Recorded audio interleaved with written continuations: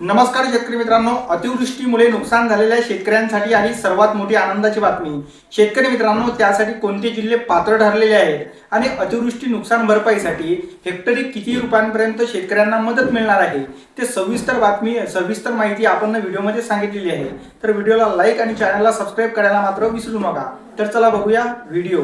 नमस्कार। नैसर्गिक आपत्ती आणि अतिवृष्टीमुळे मोठ्या प्रमाणात शेतीचे नुकसान झालेल्या राज्यातील शेतकऱ्यांना दिलासा देण्यासाठी राज्य शासनाने अत्यंत महत्त्वपूर्ण निर्णय घेतलेला आहे। शेतकरी मित्रांनो, जून ते सप्टेंबर 2025 या कालावधीत झालेल्या पूर आणि अतिवृष्टीमुळे बाधित शेतकऱ्यांसाठी एकूण 2540 कोटी 90 लाख 79,000 रुपयांचा भरीव मदत निधीला राज्य सरकारने मंजुरी दिलेली आहे। आता शेतकरी मित्रांनो, जाणीवपूर्वक जर बघितलं तर नुकसान भरपाई मंजूर करून ती जानेवारी महिन्याच्या अखेरपर्यंत शेतकऱ्यांच्या खात्यात जमा करण्याची प्रक्रिया सुरू आहे। शेतकरी मित्रांनो, अशी मोठी घोषणा आलेली आहे समोर।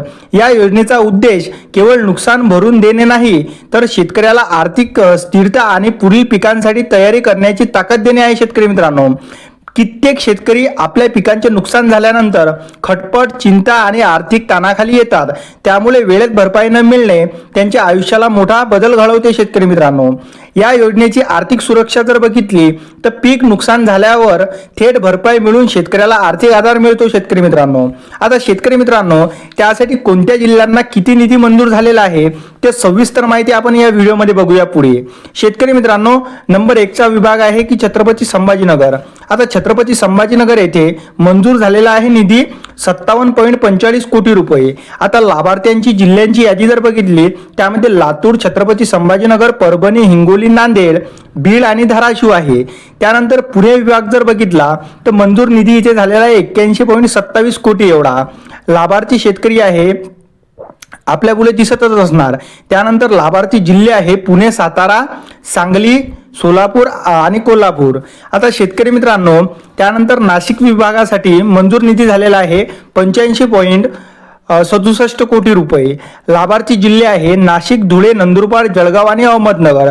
त्यानंतर कोकण विभाग आहे, एकूण निधी मंजूर झाला 9.38 कोटी। लाभार्थी जिल्हे आहे सिंधुदुर्ग, ठाणे, पालघर, रायगड आणि रत्नागिरी। त्यानंतर अमरावती विभाग आहे, येथे मंजूर झालेला आहे निधी 66.19 कोटी। लाभार्थी जिल्हे आहे अमरावती, अकोला, बुलढाणा, यवतमाळ आणि वाशिम। त्यानंतर 6वा विभाग आणि शेवटचा म्हणजे नागपूर येथे उपलब्ध निधी झालेला आहे 34.91 कोटी। आणि नागपूर विभागासाठी भंडारा, नागपूर, वर्धा, गोंदिया, गडचिरोली आणि चंद्रपूर हे जिल्हे पात्र ठरणार आहेत।